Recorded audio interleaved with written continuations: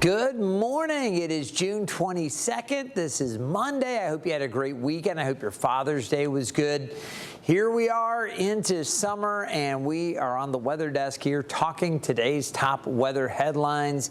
And we've got a lot to go over because there were some big storms in the Midwest over the weekend, some problems from what was left over from Arthur the end of last week into the weekend down across the southeast as well. And we start off today with Hampton roads being under another weather impact alert. This time it's for this evening. So we'll break that down. We'll talk about that. And then we're going to revisit some of the severe weather problems we had over the weekend. Some of those storms devastating with tornadoes that unfortunately turned deadly. So we'll talk about that. We also have the outlook. I'll let you know who is in line to deal with more severe weather today as we take a look at some areas active right now. So we'll get into that. After that, we're going to take a look at the tropics. Things pretty quiet right now in the Atlantic, but we'll show you what we are watching, and we'll take a look at a couple areas that are being closely watched by the National Hurricane Center. And this is something that's kind of exciting as somebody that relies very heavily on the data coming from hurricane hunters. There's a bill that is suggesting and proposing we expand our fleet of hurricane hunters and the planes. So we'll show you a couple of the planes that they use to fly into the hurricanes and make those all-important informational observations that we put into the modeling that help really pin down where these things are going and help us understand what's happening with these monster systems that develop every summer. We'll have more on that situation.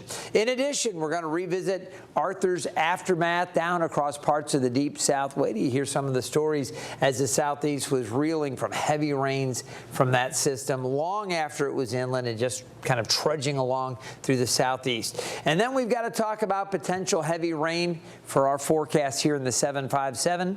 That's not a bad thing, though. We are in need of that heavy rainfall. We really do need it. We are 5.8 inches below average for the year. So Hampton roads, we'll look forward to an opportunity for some locally heavy downpours, and I'll break all of that down. But we start off with a look at this weather impact alert. Now, if you are in the Hampton Roads area and you're a regular 13 News Now viewer, you know we issue these weather impact alert when there will be impactful weather for our viewership and for our area. That might be extreme heat or severe storms or heavy snow or tropical situations. All that stuff can be in play. In this case, we have the potential from 7 o'clock through midnight for some very heavy downpours and some severe weather with gusty winds. When you take a look at the different types of threats to our region, we're not really looking at tornadoes with this setup. We don't have to worry too much about hail. That threat is a little farther inland. But outflow, gusty winds, damaging winds in excess of 60 miles per hour, that is in play. That's a possibility. I think the worst of the storms will be a little farther to the west, but our area is under this elevated threat, and we do need you to stay weather aware. Very important. If you haven't already downloaded the 13 News Now app, we'll have some information on how you can get that app. It's the best way to stay in touch with severe weather updates and our forecast updates, special coverage if we go into that here at 13 News Now. The area is shaded in green, which includes Virginia Beach, Chesapeake, southern parts of Suffolk, all of northeast North Carolina down through the Albemarle Sound. We have a level 1 or marginal threat for severe storms. This means isolated, stronger severe storms are going to be possible in this area shaded in green. In yellow, which includes the eastern shore, also portions of Norfolk and Portsmouth, northern Suffolk, Isle of Wight, Southampton from Franklin on westward, the peninsula, middle peninsula, and the northern neck. There we have a slight risk or level 2 threat of 5. That means scattered or a little more frequent severe storms are going to be possible. Again, primary threat's going to be those gusty winds as we take a look. I'll expand the view and show you this slight risk goes all the way up to New Jersey, southern Pennsylvania, all of Maryland, all of Delaware, the D.C. area, all of West Virginia, eastern portions of Kentucky and Tennessee, down through northern Georgia, parts of South Carolina, Alabama, Mississippi, back into Arkansas.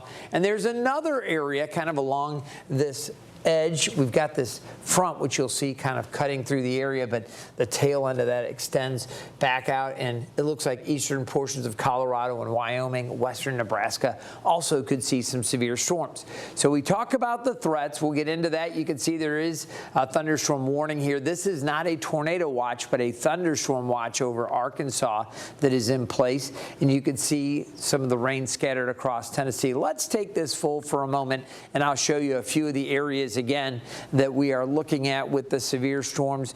We can zoom in and take a little closer look at that. We'll start off by focusing on what's happening in Arkansas. Look at how these storms are kind of bowing out as they move along. Some gusty winds here just around the Pine Bluff area. There is a severe thunderstorm warning there, and that one for Pine Bluff again is going to run for a little bit until 9:30 Central, so about a half an hour. That one recently issued. About 68,000 people in that.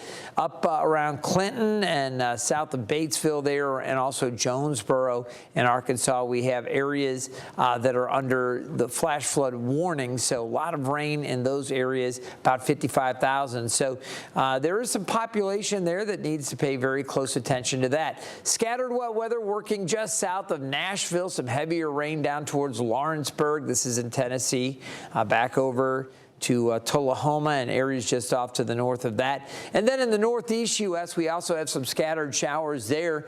Williamsport, Pennsylvania, up through Binghamton, New York, Syracuse, seeing some rain, heavier pockets moving there as well. Again, this is the big picture, some flood advisories and warnings there, but most of that flash flooding is occurring across portions of Arkansas now. And we really haven't seen much developing out on the tail end of this system out to the west, but the potential is there. So we'll continue to monitor this. We have a watch there. Again, that's going to run this morning as it moves along. Now, you look at the tornado threat, and for Hampton roads, we are not under it, but they are under Pennsylvania, Washington, D.C. area, Maryland, New Jersey, and then down across parts of the deep south. This area here, a little bit greater threat, level 2 kind of elevated threat for tornadoes, western Nebraska and northeast portions of Colorado there. Now, I bring up this tornado threat because these storm systems that are moving through, this one here in particular, has had a history. We've been dealing with the tornadoes, and we want to focus on that right now. Parts of the Midwest are dealing with the severe weather. A man in Kansas actually died after an EF2 tornado touched down in Sedgwick County early Sunday morning. Sydney Ferguson has a look at the damage. I had no idea what I was rolling up on. A field littered with debris, the items making up the entirety of a home in Sedgwick left leveled by a Sunday morning tornado. Joshua Sommerfeld owns the home next door and says he got to the area of 125th Street around 3 a.m. to check on his family. Whole road was shut down, the power lines were down over the street. That was wild to pull up to, just knowing that my house is 75 yards away from that and just seeing the destruction on his. Upon arrival, Sommerfeld learned his neighbor of 3 years, who he calls Rick, was found dead in the field of debris across from where his home used to be. Really great guy, super giving, and just he was a great neighbor. I just talked with him a couple weeks back, and just to know he's gone, just to know that life is short like that. Preliminary information based on damage reports indicates the tornado was an EF2 with wind speeds peaking at 135 miles per hour, according to the National Weather Service. Despite the damage to the home, the NWS says the tornado only lasted 2 minutes. We could see a tornado debris signature with the debris being lofted into the air, but by the time, if we would have issued a warning, it was gone. The NWS says a severe weather warning had been in effect for 45 minutes prior to the tornado, but it was too brief for a warning to be issued or for sirens to sound. As outdoor sirens are meant for people outside, meteorologist Vanessa Pierce says there's no way to know if it would have been heard indoors. We need to make sure that we're even checking things or have ways to get alerted at night as well. Sedgwick County Emergency Management says the damage is mainly concentrated on the one home. Sommerfeld says he just wishes Rick had known what was coming. I'm sure he went to bed at 9 o'clock, thought nothing of it, and just had no idea. Sommerfeld says Rick will be sorely missed. Now all he and other neighbors can do is come together to help Rick's family pick up the pieces. He was a believer, and we think he is in a better place now. I don't know, just gather around, pray for the family. You never know when you go sleep if you're not going to wake up in the morning. In Sedgwick, Sydney Ferguson. Tornadoes also turned deadly in southern Illinois over the weekend. Take a look. This twister was spotted sweeping through Jefferson County on Sunday. Wow. We know at least 2 people were killed and 5 were hurt during the storm. All right, coming up, we're 3 weeks into the Atlantic hurricane season. What's going on out there in the tropics? We'll have a look at that after the break.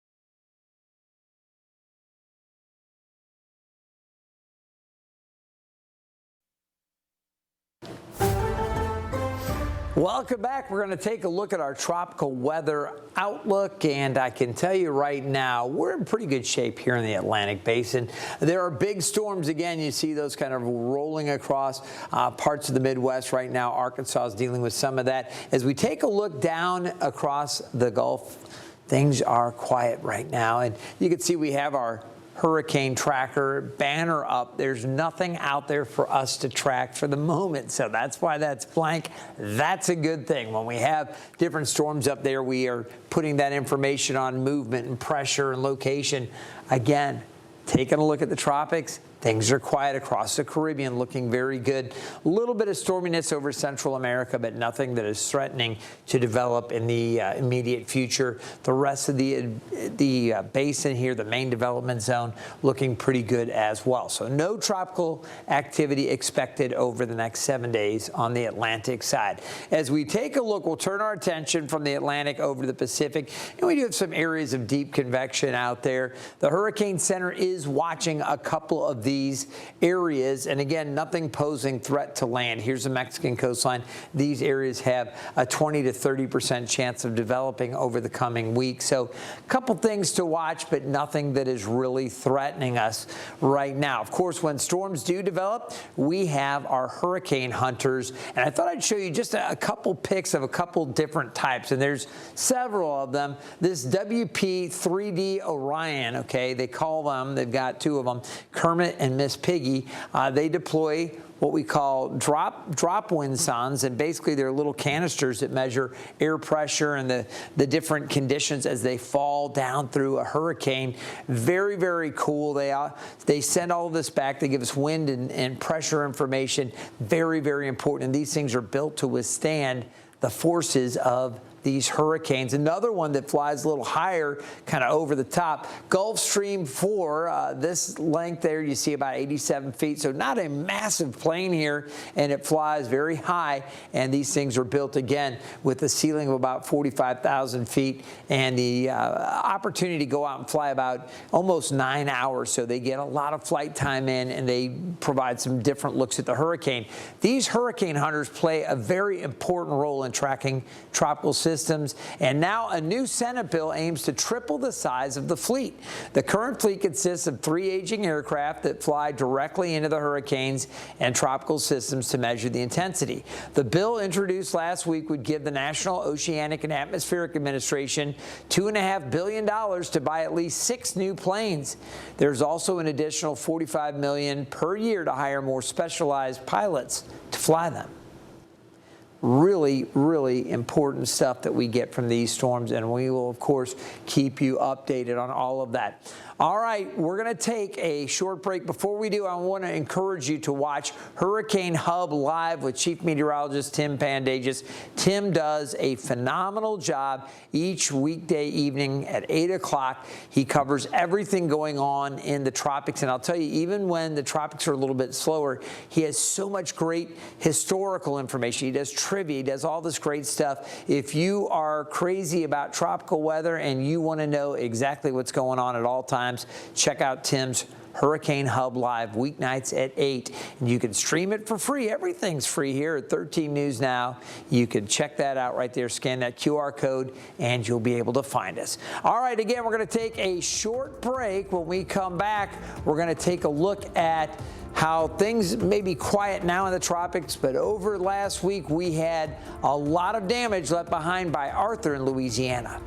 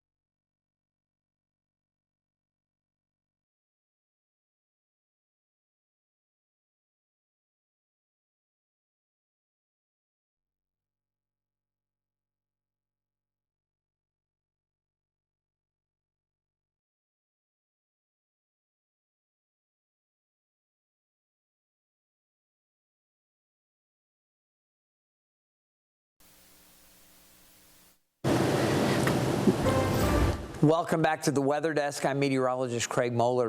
People who live in central Louisiana, they are still picking up the pieces days after Tropical Storm Arthur devastated several communities. Liam Combs has a look at the cleanup efforts. At one point, the water was just a couple inches below those windows on that house right there. Wow. So it's come down a little bit, but you see the water still doesn't really have anywhere to go. The devastation of Tropical Storm Arthur still very much in the windshield for the folks here in rural Avoyelles Parish. Tagged along with the Point Capee Parish Sheriff's Office as they help their neighbors in need. Most of them are kind of just making the best out of it. The people we were trying to get out of houses were like, well, I'm just going to sit on my porch and have a drink. Everything's gone. All we can do is wait for the water to go down and start putting it back together. Oh, you was representing. ECSO chefed up some jambalaya to bring to folks who couldn't leave their homes. We can fix sheetrock, we can rebuild the floors, we can't restore a life. So we're blessed to not have any fatalities. You want some jambalaya? Some needed the soul food more than others. Alrighty. Hey, you guys want some jambalaya? Yeah. Got a whole lot. Never turned jambalaya down before. This is our parents' home. They've been here for 27 years, and I don't think they've had anywhere close to probably water, even as close as 20 yards to the house, and then we got about 1.5 feet, 2 feet of water. They went from, we think the house might flood, to there's water flooding in the house in 30 minutes. So what do you do in that time, you know? Family heirlooms drowned in minutes. I mean, everything she kept had a memory. She wasn't a hoarder. None of us are hoarders by any means. And so it's like whatever was here meant something. I work with people who live in New Orleans and went through Katrina, and they're the first people I talked to when this happened, and they all said, you don't process it. You never really do. You just kind of pull your boots up and get through it. It's a faith in a brighter tomorrow that keeps these people moving through the pain, and a community that will lend a helping hand. No, the mini fives are awesome. A little farther down the road, we ran into another group organizing donations. Well, we just came in from Simpsonport to help. We were lucky enough not to get hit by any of the floodwaters. So my wife is the principal here at St. Joe, so we just decided to come in today and see what we could do to help. Deeper into DuPont, the story was the same, the water a bit higher. There hasn't been a single person that I've seen that hasn't been willing to help or that isn't currently helping. I'm sitting in the back of one of these high water vehicles that PCSO is using to transport folks displaced by these floods. And I just want to give you an idea of the magnitude of what we're dealing with here. This, of course, is a road under feet and feet of water. Folks behind me in the distance, trucks underwater, mailboxes underwater, street signs underwater. The magnitude of the flooding here at DuPont is quite unimaginable. Honestly, I think if we weren't here, they'd still get it done just because of the way people have been helping. You know, this area, a bunch of Cajuns, everybody's got a boat. And thankfully that was the case as we ran into another rescue crew evacuating an older couple and their 2 dogs. Oh, it's been miserable. I mean, it's been hell. It wasn't even in our front porch, but then the water just started rising and seeping in everywhere, man. What are you going to do? Start over. That's all we can do. Can't give up. Just going to start over. As we made our way to their friend's home, the remainder of their belongings were stuffed into trash bags. Ooh, it's cold. Yeah, it is. Come here, Jack. Without hesitation, the deputies treaded through the swamp water, leading the Dufors to their temporary rest stop until the water recedes. It's still, you know, the old American vibe that we all have to work together to get through hard times. A mindset that doesn't even beg a second thought around here. Y'all are some heroes, man.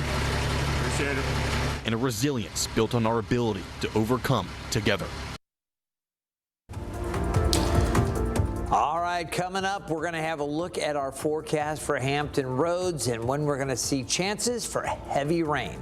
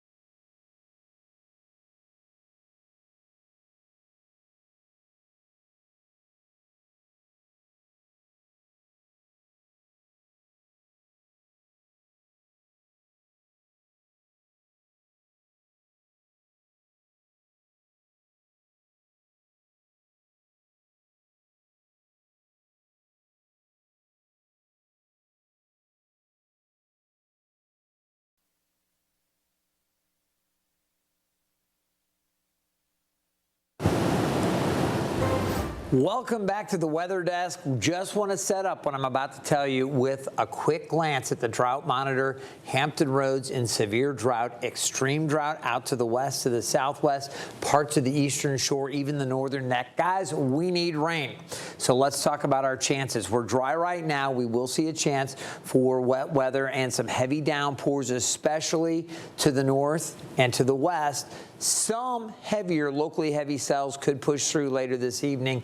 The better chances are out to the west. Now, tomorrow, I expect a better chance for heavy downpours across our immediate area. These are just all level 1, kind of elevated risks for excessive rainfall or flash flooding. It's not a guarantee, but there is the opportunity for some locally heavy downpours. We need that rain. We have the beautiful Sail 250, the tall ships, still in port. If you want to check them out, take the family down to Norfolk, Waterside, this area. We've got so many tall ships in right now. Take advantage. They pull out and continue with Sail 250, moving north later tonight. Our humidity is higher today. It's going to be high again tomorrow. Cooler and drier air come in on Wednesday. As we take a look at those feels-like temperatures, upper 90s today. Beach forecast looking pretty good. There's a moderate threat of rip currents. And again, out on the water, we'll see small craft advisories late afternoon and into the evening on the bay and the ocean as the winds pick up.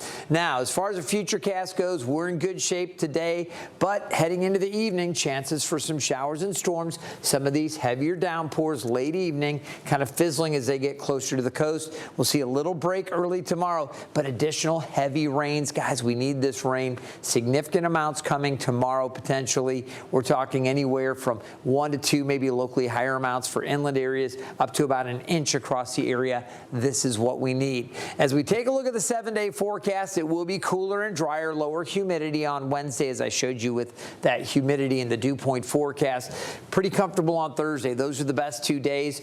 More chances for rain Friday into Saturday. And again, we need that rain. You can stay up on our forecast by downloading the 13 News Now app. Scan that QR code and you'll get updates, have access to our radar. Thanks for joining us today from the Weather Desk. We'll see you next time.